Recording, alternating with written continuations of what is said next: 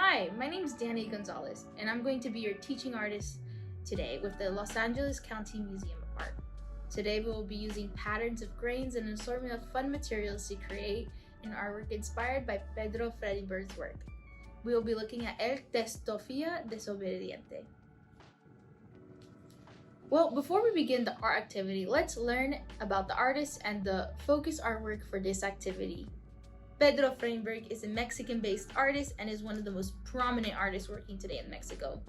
He is widely considered the last living surrealist in the country, and his artwork, which has been described as irreverent, humorous, and colorful, although his paintings were sometimes described as examples of surrealism or fantastic realism, they're not that easily definable in terms of conventional categories.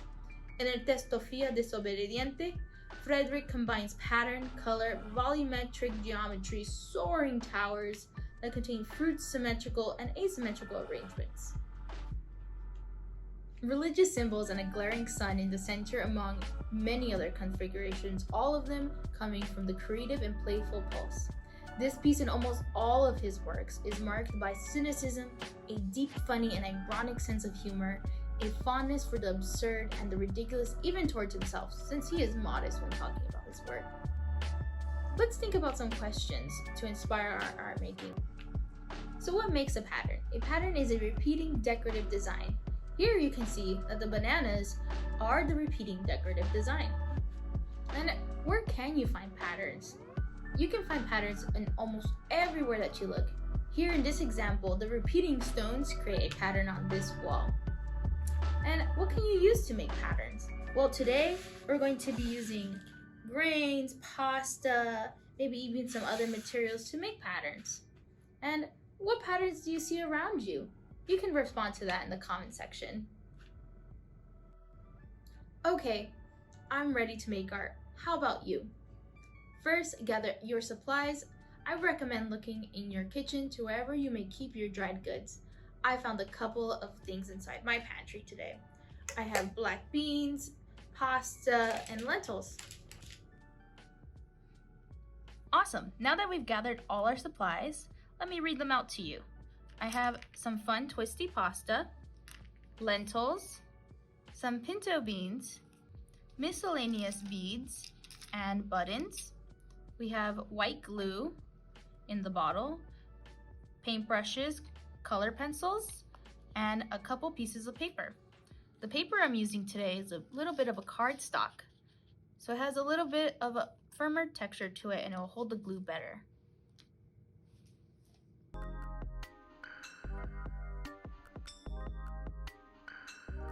I'm going to create a circular pattern with these pintos.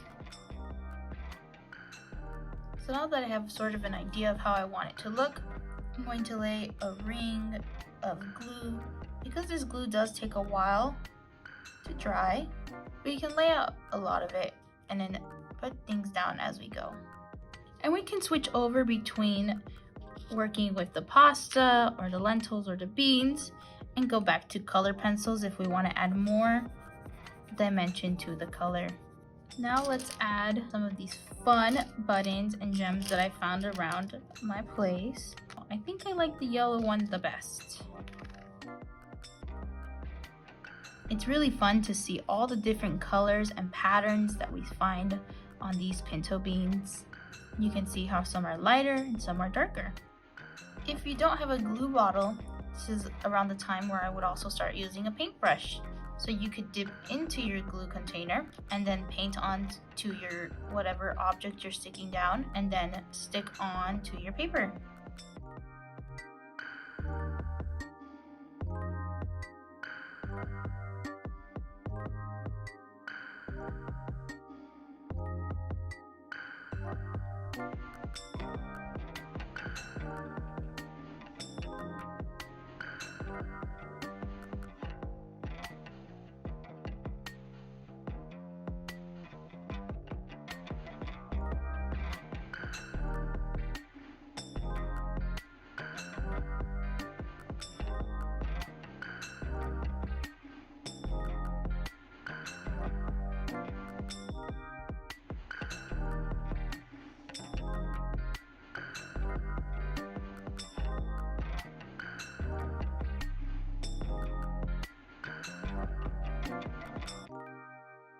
Now that you've completed your pattern with grains, let's reflect on our art making process.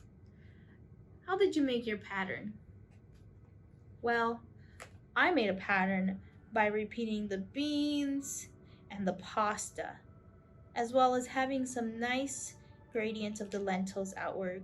And how did each grain feel while you were making the pattern? I know some were smooth and some were kind of rough, like this pasta. And how do you feel after making this artwork? Sometimes when I make artwork, I feel relaxed afterwards, but today I feel energized and excited. I hope you enjoyed our workshop today. Thank you for making art with me. I feel happy and inspired to make more works of art using things around my house. Please don't forget to check out our other videos on our Communities Create LA YouTube channel and to subscribe to receive notifications when new lessons are available. Goodbye, adios!